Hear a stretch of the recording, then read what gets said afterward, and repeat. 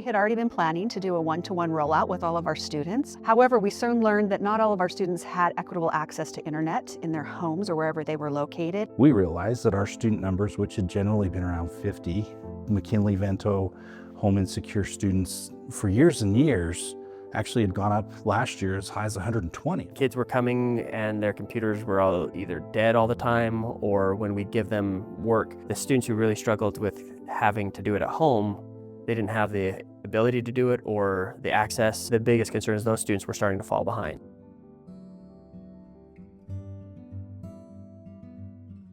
Well, when we started trying to look at the needs for being home insecure, and the first and foremost thing is electricity. If you're living in your car, why would we want you to turn the heat off so you could use your Chromebook, for example, and charge? And so the first thing we knew is we needed them to have access to a device that was charged at all times. You've got to be able to have connectivity.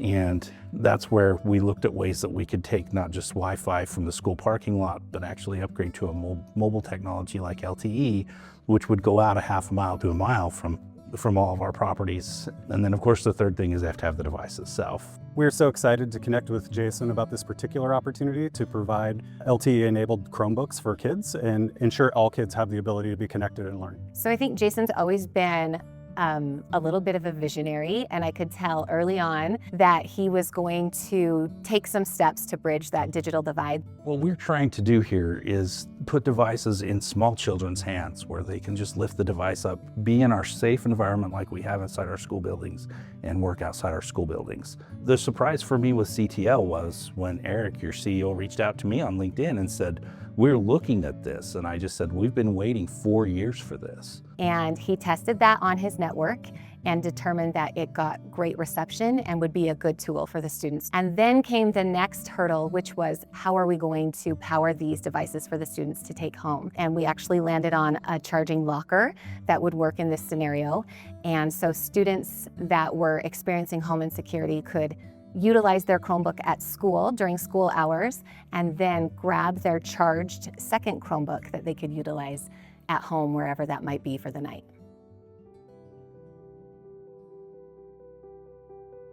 What we really have done is made a huge impact, a student at a time, inside of an appropriate service help environment with the appropriate professionals. Probably the easiest way to say this is the student who was living in their car. The student was able to take a piece of the school and a piece of the most stable part of their life with them to the car.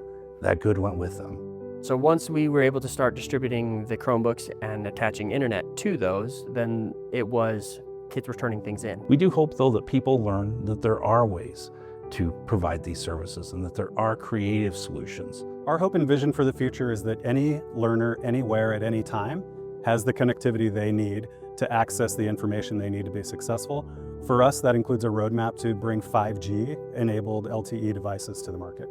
My advice to other school boards and school districts in looking at implementing this type of a project is to really deeply consider your students. That's what we're here for.